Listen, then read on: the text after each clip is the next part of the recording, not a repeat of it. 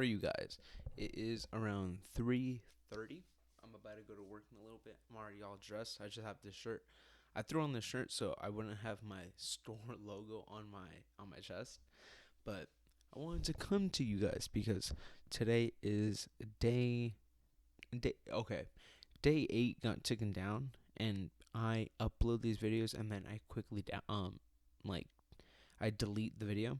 So I have to redo this video real quick. So this will be 8/10, but I'm gonna keep it 10 because um so it doesn't look weird on the timeline. You can go through my videos and it'll count down. So I don't want to mess it up so early. So we'll keep it at 10. We'll just review a little bit of 8 because it quickly got taken down. I don't understand why. They're trying to keep the information from you guys. You guys, come on. You gotta think smart. Come to my videos even. No, I'm just come to my videos even quicker, you guys. Like within minutes, you guys gotta watch them. No, I'm just kidding. What I will tell you guys is that in video 8, I was describing how I realized I'm dirty trading. I like to call it dirty trading. That's when you FOMO into something, you put 100, and you're not worried about it because you have extra money. So that's extra. Even if it goes down, you're like, at one point it's going to go up. I'll put it in another wallet. I'll leave it there. Why sell at a loss? So I have a whole bunch of those. And even what I would do is I would research a company. And if it looked really good every day, I would look at one or two. Well, I would try three, but only one or two. And after a while, after like 5 of them, I would always find one good one. That's how I found Spa, XRP. I found Soul like that. Well, Soul, everyone knows Soul. But no one really thought Soul would continue to go up as much as we thought it was. Soul was kind of more just used as an asset, and people really hated Soul for a little bit for the high gas fee. So, um, I thought that's how I found those three. Bitcoin, everyone knows it. I found Cardano like that. I found XCN. How did I find it? Zach, someone talked about it, made a review on it, how they picked up a little bag. So I was like, fuck it, I'll pick up. I FOMO'd into that one. Um, XLM I found because of XRP. It's always since the beginning. I feel like no one really talks about it no more. But XRP and XLM used to be a big like contrary because I believe it was 3 people that started XRP and one of them left to continue and do XLM.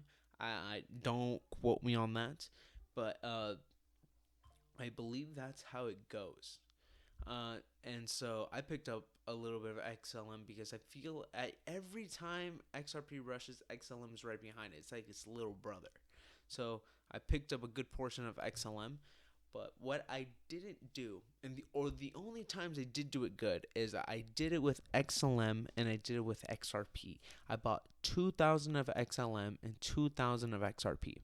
Buying price for my XLM was I picked up so little so early on. I should have picked up more. I think I picked up like $100. I had XLM when it was just at a fraction. It was just like fraction of a penny or something like that, and it shot up and it went from 400. It went from 100 or something like that. 150. It went to 400. I was so happy. It was such a good trade. Um, but I should have picked up more. I picked up as it continued to go up, and I sold 600 of my coins when it hit 50 cents, 51 cents. I sold the top. I sold the top, my boys. I was happy. I was happy. Um, I sold the top on there. XRP, I sold the top at 340. No, not 340. It was definitely $3. $3 and like 10 cents. Probably 15. Really good trade. I bought an Xbox with that. Um, what else? Well, those two I did really well. I formulated that if I bought 2,000 of these coins of each, I could, even if it doesn't, at the time, XRP was only around 49 cents. I bought it. I said, even if it goes up to just 70 cents per coin, that's amazing. That's an amazing flip right there. That's an amazing investment. So I'll make a quick buck out of that. I'll probably even keep some assets for myself. As you guys know, we've rallied more than 70 cents. What else?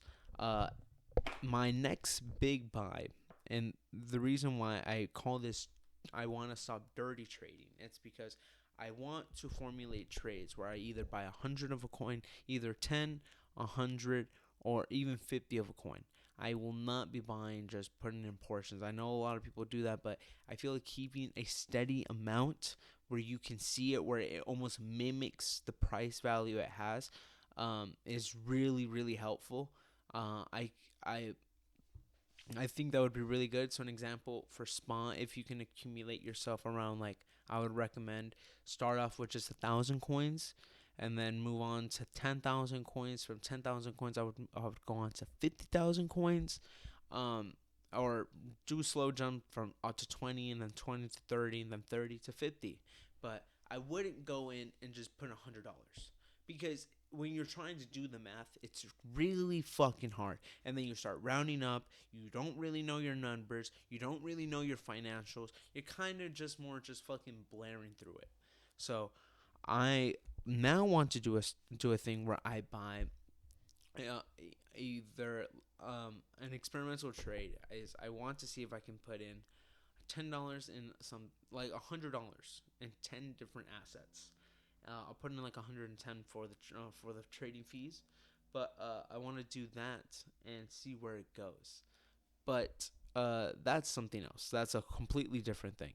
As of right now, I want to fix up my wallet. I want to fix up my trades. If I have to do some selling, I will. Not of right now, not right now.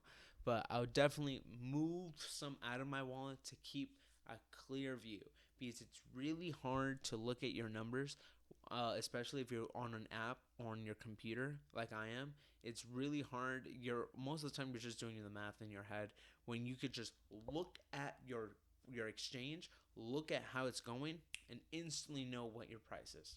Like, it's already right there. It's just a multiplier of its original price. That's all what it is, depending on how much you bought per coin. So if you bought 10 coins, it's the same price, but just times 10. That's all it is.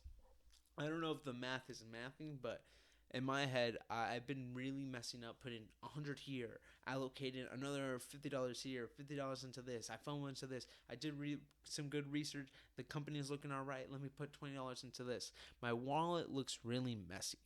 So I want to see how my I want to look at it from at a standpoint of my risk to reward, and have my discipline on how I'm going to execute things.